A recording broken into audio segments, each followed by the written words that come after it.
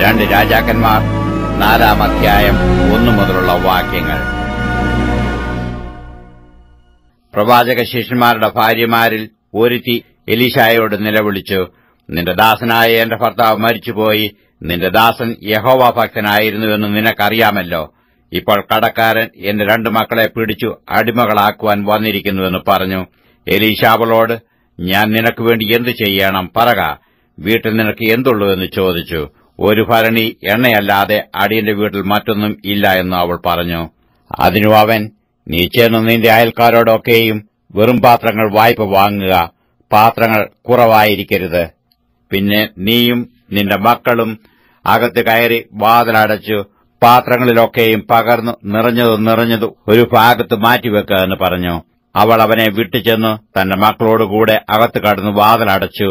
അവർ അവളുടെ അടുക്കൽ പാത്രങ്ങളെ വെച്ചുകൊടുക്കുകയും അവൾ പകരുകയും ചെയ്തു. പാത്രങ്ങൾ നിറഞ്ഞ ശേഷം അവൾ തന്റെ മകനോട്, ഇനിയും പാത്രം കൊണ്ടുവരിക എന്ന് പറഞ്ഞു. അവൻ അവളോട്, പാത്രം ഒന്നും ഇല്ല എന്ന് പറഞ്ഞു. അപ്പോൾ എണ്ണ നിന്നുപോയി. അവൾ ചെന്ന് ദേവപുരുഷനോട് വസ്തുത അറിയിച്ചു, നീ പോയി എണ്ണ വിറ്റ് കടം വീട്ടി ശേഷിപ്പുകൊണ്ട് നീയും മക്കളും ഉപജീവനം കഴിച്ചുകൊള്ളുക എന്ന് പറഞ്ഞു. ഒരു ദിവസം എലീശ ശൂനീമിലേക്ക് പോയി. അവിടെ ധനികയായ ഒരു സ്ത്രീ ഉണ്ടായിരുന്നു. അവൾ അവനെ ഭക്ഷണത്തിന് വരണമെന്ന് നിർബന്ധിച്ചു. പിന്നത്തേതിൽ അവൻ ആ വഴി പോകുമ്പോഴൊക്കെയും ഭക്ഷണത്തിന് അവിടെ കയറും. അവൾ തന്റെ ഭർത്താവിനോട്, നമ്മുടെ വഴിയായി കൂടെ കടന്നുപോകുന്ന ഈ ആൾ വിശുദ്ധനായ ഒരു ദൈവപുരുഷനെന്ന് ഞാൻ കാണുന്നു. നാം ചുവരോട് കൂടിയ ചെറിയൊരു മാളികമുറി പണിതുണ്ടാക്കുക. അതിൽ അവന് ഒരു കട്ടിൽ, ഒരു മേശയും, ഒരു നാൽക്കാലിയും, ഒരു നിലവിളക്കും വെക്കുക. അവൻ നമ്മുടെ അടുക്കൽ വരുമ്പോൾ അവനു അവിടെ കയറി പാർക്കാമല്ലോ എന്ന് പറഞ്ഞു.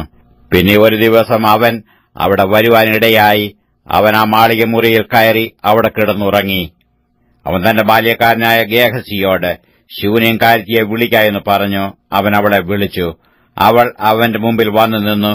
അവൻ അവനോട്, നീ ഇത്ര താൽപര്യത്തോടെയൊക്കെയും ഞങ്ങൾക്ക് വേണ്ടി കരുതിയല്ലോ. നിനക്ക് വേണ്ടി എന്തു ചെയ്യണം? രാജാവിനോടോ സേനാധിപതിയോടോ നിനക്ക് വേണ്ടി വല്ലതും പറയേണ്ടതുണ്ടോ എന്ന് നീ അവളോട് ചോദിക്ക എന്ന് പറഞ്ഞു. അതിനു അവൾ, ഞാൻ സ്വന്തം ജനത്തിന്റെ മധ്യയെ വസിക്കുന്നുവെന്ന് പറഞ്ഞു. എന്നാൽ അവൾക്ക് വേണ്ടി എന്തു ചെയ്യാമെന്ന് അവൻ ചോദിച്ചതിന് ഗേഹസി, അവൾക്ക് മകനില്ലല്ലോ, അവളുടെ ഭർത്താവ് വൃദ്ധനുമാകുന്നു എന്ന് പറഞ്ഞു. അവളെ വിളിക്ക എന്ന് അവൻ പറഞ്ഞു. അവൻ അവളെ വിളിച്ചപ്പോൾ അവൾ വാതിൽക്ക് വന്നു നിന്നു. അപ്പോൾ അവൻ, വരുന്ന ആണ്ടിലെ സമയമാകുമ്പോഴേക്ക് നീ ഒരു മകനെ അണച്ചുകൊള്ളും എന്ന് പറഞ്ഞു. അതിനു അവൾ, അല്ല, ദൈവപുരുഷനായ എന്റെ യജമാനനെ, അടിയനോട് പോഷ്ക് പറയരുതേ എന്ന് പറഞ്ഞു. ആ സ്ത്രീ ഗർഭം ധരിച്ചു. പിറ്റേയാണ്ടിൽ എലീശ അവളോട് പറഞ്ഞ സമയത്ത് തന്നെ ഒരു മകനെ പ്രസവിച്ചു. ബാലൻ വളർന്നപ്പോൾ ഒരു ദിവസം അവൻ കൊയ്ത്തുകാരോടുകൂടെ ഇരുന്ന് തന്റെ അപ്പന്റെ അടുക്കൽ ചെന്നു. അവൻ അപ്പനോട്, എന്റെ തല എന്ന് പറഞ്ഞു. അവനൊരു ബാല്യക്കാരനോട്, ഇവനെ എടുത്തു അമ്മയുടെ അടുക്കൽ കൊണ്ടുപോക എന്ന് പറഞ്ഞു. അവൻ അവനെ എടുത്തു അവന്റെ അമ്മയുടെ അടുക്കൽ കൊണ്ടുചെന്നു. അവൻ ഉച്ചവരെ അവളുടെ മടിയിൽ ഇരുന്ന ശേഷം മരിച്ചുപോയി. അപ്പോൾ അവൾ കയറി ചെന്നു അവനെ ദൈവപുരുഷന്റെ കട്ടിലിന്മേൽ കിടത്തി വാതിലടച്ച് പുറത്തിറങ്ങി.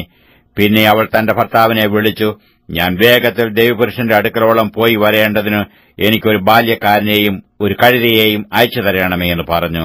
അതിനു അവൻ, ഇന്ന് നീ അവന്റെ അടുക്കൽ പോകുന്നത് എന്തിന്? ഇന്നു അമാവാസിയല്ല, ശബത്തുമല്ലോ എന്ന് പറഞ്ഞു. വേണ്ടതില്ല എന്നു അവൾ പറഞ്ഞു. അങ്ങനെ അവൾ കഴുതപ്പുറത്ത് കോപ്പിട്ട് കയറി ബാല്യക്കാരനോട്, നല്ലവണ്ണം തെളിച്ചുവിടുക, ഞാൻ പറഞ്ഞല്ലാതെ വഴിയിലെവിടെയും നിർത്തരുത് എന്ന് പറഞ്ഞു. അവൾ ചെന്ന് കർമ്മേൽ പർവ്വതത്തിൽ ദൈവപുരുഷന്റെ അടുക്കലെത്തി. ദൈവപുരുഷൻ അവളെ ദൂരത്ത് കണ്ടപ്പോൾ തന്റെ ബാല്യക്കാരനായ ഗേഹസിയോട്, അതാ ശൂന്യംകാരിക്ക് വരുന്നു, നീ ഓടിച്ചെന്നു അവളെ എതിരേറ്റു, സുഖം തന്നെയോ? ഭർത്താവ് സുഖമായിരിക്കുന്നുവോ? ബാലന് സുഖമുണ്ടോ എന്ന് അവളോട് ചോദിക്കണമെന്ന് പറഞ്ഞു. സുഖം തന്നെ എന്നു അവൾ പറഞ്ഞു. അവൾ പർവ്വതത്തിൽ ദൈവപുരുഷന്റെ അടുക്കലെത്തിയപ്പോൾ അവന്റെ കാൽ പിടിച്ചു. ഗേഹസി അവളെ മാറ്റുവാൻ അടുത്തു ചെന്നാറ ദൈവപുരുഷൻ അവളെ വിടുക, അവൾക്ക് വലിയ മനോവ്യസനമുണ്ട്, യഹോവ അത് എന്നെ അറിയിക്കാതെ മറച്ചിരിക്കുന്നു എന്ന് പറഞ്ഞു. ഞാൻ യജമാനോടൊരു മകനെ ചോദിച്ചിരുന്നുവോ? എന്നെ ചതിക്കരുതേ എന്ന് ഞാൻ പറഞ്ഞില്ലയോ എന്ന് അവൾ പറഞ്ഞു. ഉടനെ അവൻ ഗേഹസിയോട്, നീ അരകെട്ടി എന്റെ വടിയും കൈയിലെടുത്തു പോക, നീ ആരെയെങ്കിലും കണ്ടാൽ വന്ദനം ചെയ്യരുത്, നിന്നെ വന്ദനം ചെയ്താൽ പ്രതിവന്ദനം പറയുകയും അരുത്. എന്റെ വടി ബാലന്റെ മുഖത്ത് വെക്കണമെന്ന് പറഞ്ഞു. എന്നാൽ ബാലന്റെ അമ്മ യഹോവയാണ്, നിന്റെ ജീവനാണ്, ഞാൻ നിന്നെ വിടുകയില്ല എന്ന് പറഞ്ഞു. അങ്ങനെ അവൻ എഴുന്നേറ്റു അവളോടുകൂടെ പോയി. ഗേഹസി അവർക്ക് മുമ്പായി ചെന്നു വടി ബാലന്റെ മുഖത്ത് വെച്ചു. എങ്കിലും ഒരു അനക്കമോ ഉണർച്ചയോ ഉണ്ടായില്ല. അതുകൊണ്ട് അവനെ എതിരേൽപ്പാൻ മടങ്ങിവന്നു. ബാലൻ ഉണർന്നില്ല എന്ന് അറിയിച്ചു. എലീശ വീട്ടിൽ വന്നപ്പോൾ തന്റെ കട്ടിലിന്മേൽ ബാലൻ മരിച്ചു കിടക്കുന്നത് കണ്ടു. താനും ബാലനും മാത്രം അകത്തുണ്ടായിരിക്കെ അവൻ വാതിലടച്ച് യഹോവയോട് പ്രാർത്ഥിച്ചു. അവൻ കയറി ബാലന്റെ മേൽ കിടന്നു. തന്റെ വായ് ബാലന്റെ വായ്മേലും തന്റെ കണ്ണ് അവന്റെ കണ്ണിന്മേലും തന്റെ ഉള്ളം കൈകൾ അവന്റെ ഉള്ളം കൈകളിന്മേലും വെച്ചു അവന്റെ മേൽ കവിണ് കിടന്നപ്പോൾ ബാലന്റെ ദേഹത്തിന് ചൂട് പിടിച്ചു. അവൻ ഇറങ്ങി മുറിയിൽ അങ്ങോട്ടും ഇങ്ങോട്ടും നടന്നിട്ട് പിന്നെയും കയറി അവന്റെ മേൽ കവിണ് കിടന്നു. അപ്പോൾ ബാലൻ 7 പ്രാവശ്യം തുമ്മി കണ്ണു തുറന്നു. അവൻ ഗേഹസിയെ വിളിച്ചു ശൂന്യംകാരിയെ വിളിക്കാമെന്ന് കൽപ്പിച്ചു. അവൻ അവളെ വിളിച്ചു. അവൾ അവന്റെ അടുക്കൽ വന്നപ്പോൾ അവൻ നിന്റെ മകനെ എടുത്തുകൊണ്ട് പൊയ്ക്കൊള്ളുക എന്ന് പറഞ്ഞു. അവൾ അകത്ത് ചെന്ന് അവന്റെ കാൽക്കൽ സാഷ്ടാംഗം വീണു നമസ്കരിച്ചു തന്റെ മകനെ എടുത്തുകൊണ്ടുപോയി. അനന്തരം എലീശ ഗിൽഗാലിൽ പോയി. അന്ന് ദേശത്ത് ക്ഷാമമുണ്ടായിരുന്നു. പ്രവാചക ശിഷ്യന്മാർ അവന്റെ മുമ്പിലിരിക്കുമ്പോൾ അവൻ തന്റെ ബാല്യക്കാരനോട്, നീ വലിയ കലം അടുപ്പത്ത് വെച്ച് പ്രവാചക ശിഷ്യന്മാർക്ക് പായസമുണ്ടാക്കുക എന്ന് പറഞ്ഞു. ഒരുത്തൻ ചീര പറിപ്പാൻ വയലിൽ ചെന്നു ഒരു കാട്ടുവള്ളി കണ്ടു. മടി നിറയെ പേച്ചൂര പറിച്ചുകൊണ്ടുവന്നു. അവർ അറിയായികയാൽ അരിഞ്ഞു പായസക്കലത്തിലിട്ടു. അവർ അത് ആളുകൾക്ക് വിളമ്പി. അവർ പായസം കുടിക്കുമ്പോൾ നിലവിളിച്ചു, ദൈവപുരുഷനായുള്ളവയെ കലത്തിൽ മരണമെന്ന് പറഞ്ഞു. അവർക്ക് കുടിപ്പാൻ കഴിഞ്ഞില്ല. മാവ് കൊണ്ടുവരുവീനെന്ന് അവൻ പറഞ്ഞു. അത് കലത്തിലിട്ടു ആളുകൾക്ക് വിളമ്പിക്കൊടുക്ക എന്ന് പറഞ്ഞു.